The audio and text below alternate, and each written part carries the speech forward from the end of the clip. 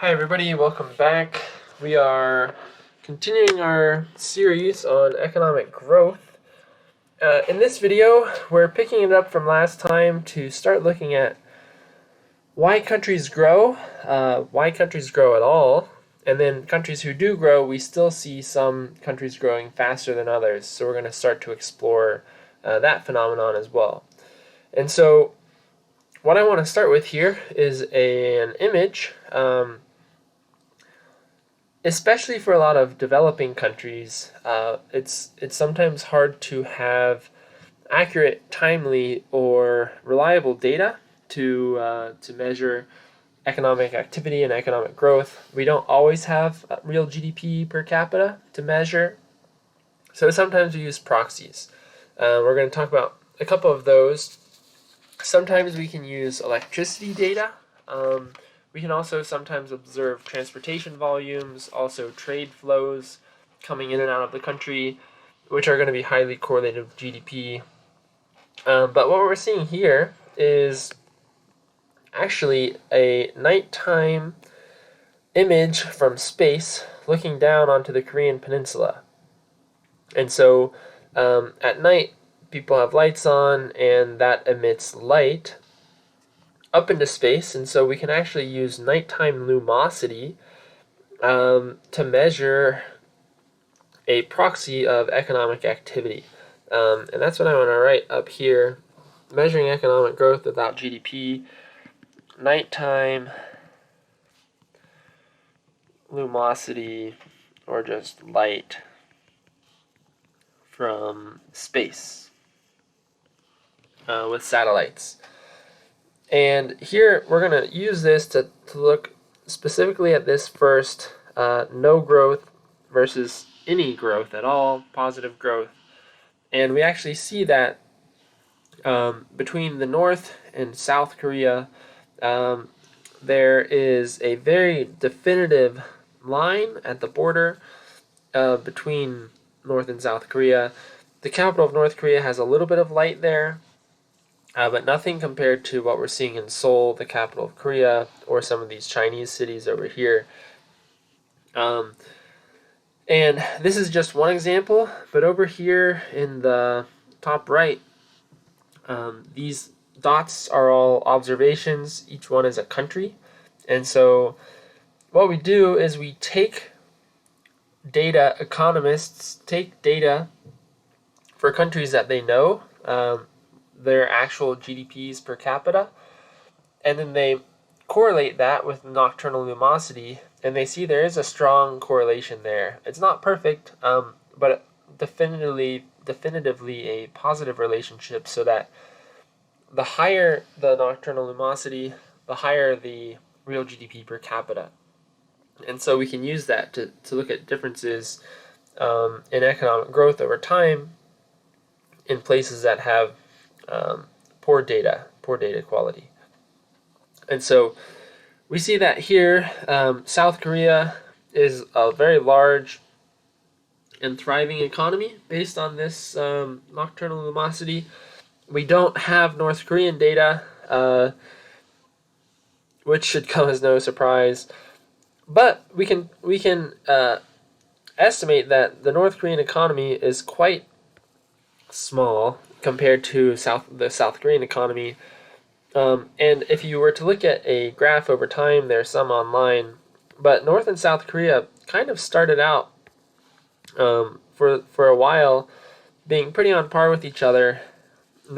South Korea took off, and North Korea kind of has just stagnated when we estimate economic growth using this nighttime data. So the question is, why has South Korea grown and North Korea stagnated, along with many other countries who tend not to grow? And ultimately, that's going to come down to some of these basic rights and kind of economic freedoms to allow economic activity to exist and thrive.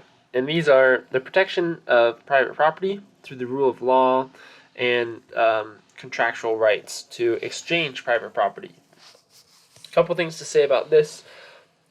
One, for the private property rights and rule of law, here we're talking about enacting and enforcing laws that protect private property rights. Enacting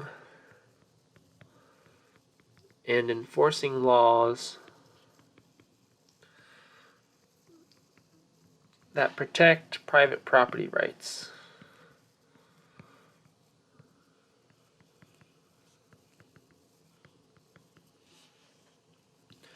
And for this to really work well, these laws need to be clear, public, fair, enforced, and apply to all members of society.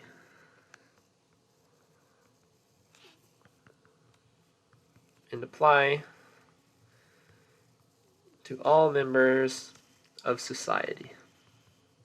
So basically, what we're talking about here is a good legal and judicial system in place, as well as the enforcement of laws through police and other means. So, and applying to all members of society, meaning as little corruption as possible, and again, institutions and laws in place to prevent corruption.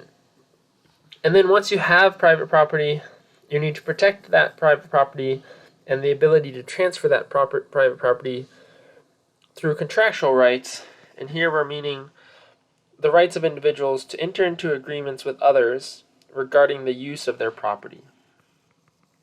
So again, the rights of individuals to enter into agreements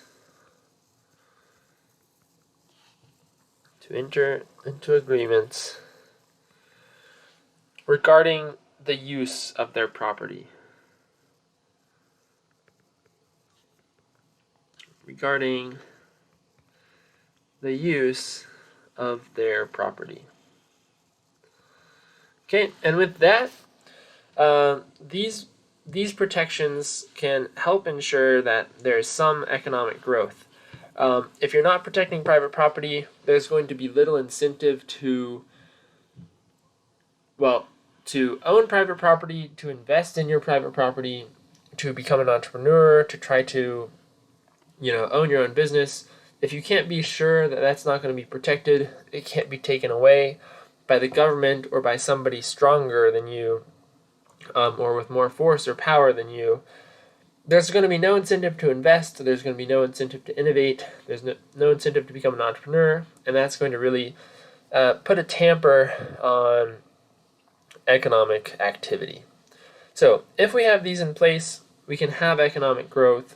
These are the fundamental requirements in order to have some type of market-based economy. So we have economic growth, and in the next video, we're going to look at, even though we have some economic growth in some countries grow faster than others. So we're going to look at what causes high versus low economic growth. So stay tuned for that in the next video. We'll see you guys there. Thanks.